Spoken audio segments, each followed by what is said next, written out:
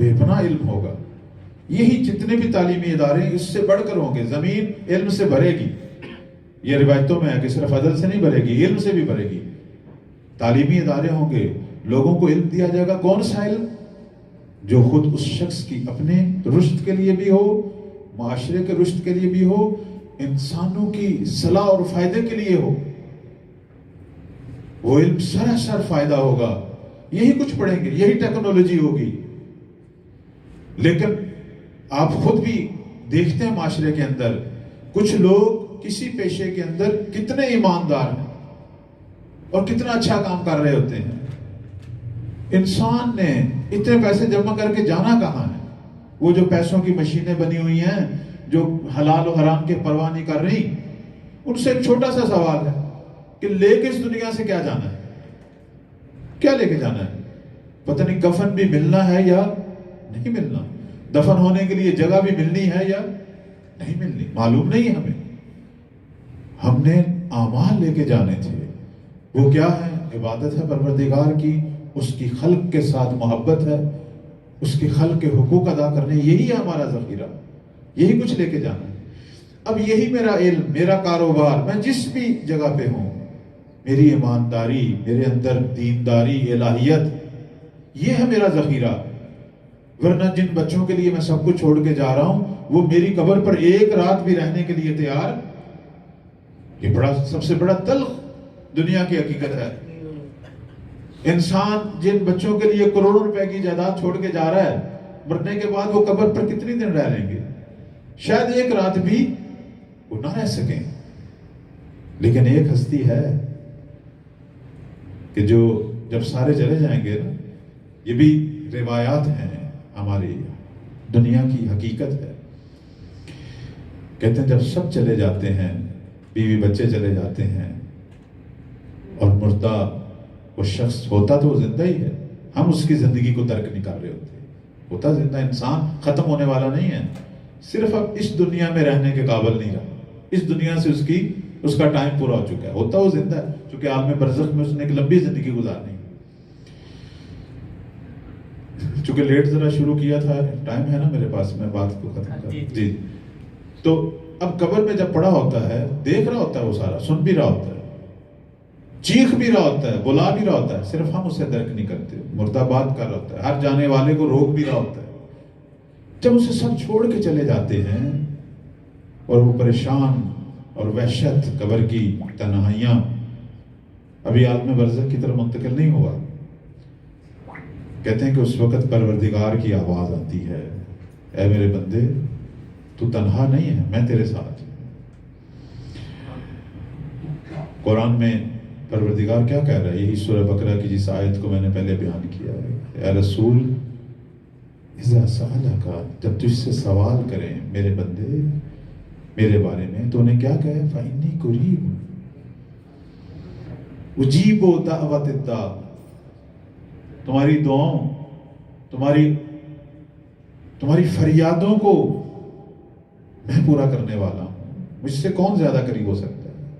کہتے جب سب چلے جاتے ہیں تو خدا کہتا ہے کہ میں نے کبھی تجھے پہلے بھی تنہا نہیں چھوڑا تھا، اب بھی تنہا نہیں چھوڑوں. تو مجھے بھول گیا ہوا تھا، لیکن اے میرے بندے، میں تو تجھے نہیں بھولا تھا، میں تیرے پاس ہوں، گھبرانا. اور پھر وہی میرے اعمال جو میں نے ذخیرہ کیے ہوئے ہیں. اگر نیک اعمال ہیں تو نورانی شکلوں، ملائکہ جیسی شکلیں میرے ارد گرد اکٹھی ہو جائیں گی، کہیں گی تیرے ساتھ ہیں، بعد والی منزلوں میں تیرے ساتھ ہیں. لیکن اگر برے اعمال کا ذخیرہ ہے، حق کو ناحق کیا ہوا ہے، پھر وہ شیطانی شرور شکلیں ہیں. یہ اس میں خدا کیا کرے؟ خدا نے تو مجھے بڑا ٹائم دیا تھا، وہ ہے، لیکن میں نے خود اپنے آپ کو تباہ کیا ہے عالم برزخ میں. بلاخر ہر سبب کا مسبب ہے، وہ پورا ہونا ہے.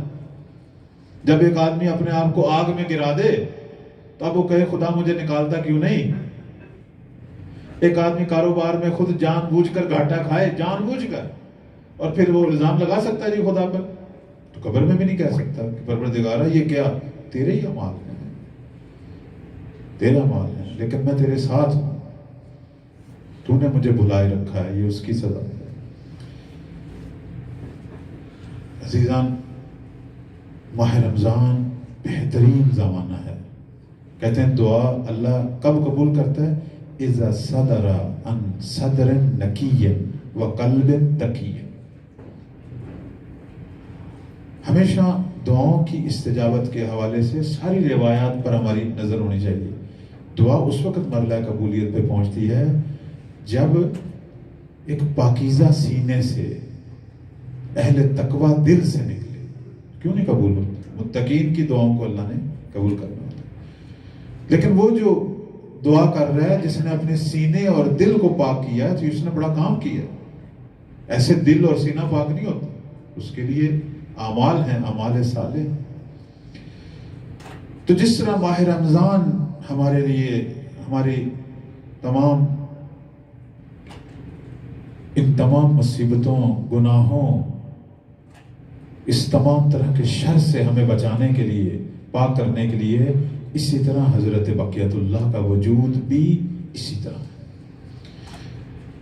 میں ہمیشہ اپنے تمام احباب کی خدمت میں یہ کہا کرتا ہوں کہ امام کو ان کی شان کے مطابق پکارو، اس کی شان کے مطابق دیکھو۔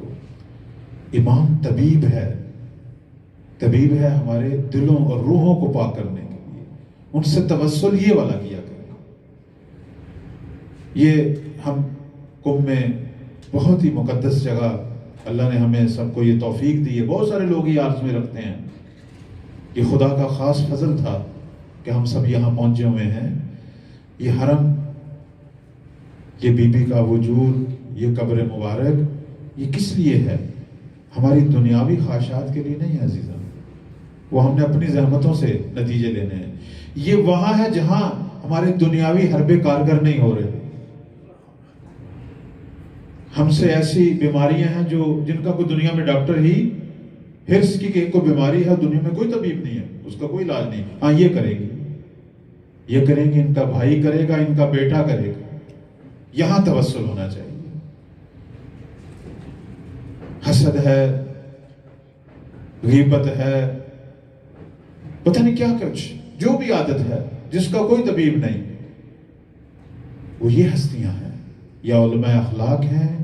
اگر علماء اخلاق سے درس اخلاق کوئی کارگر نہیں ہو رہے، اپنے زمانے کے امام سے توسل کریں، اپنے امام سے مانگیں۔ اور امام سے مانگنے کے لیے سال کا ایک دن نہیں رکھنا چاہیے، ہر روز مانگیں۔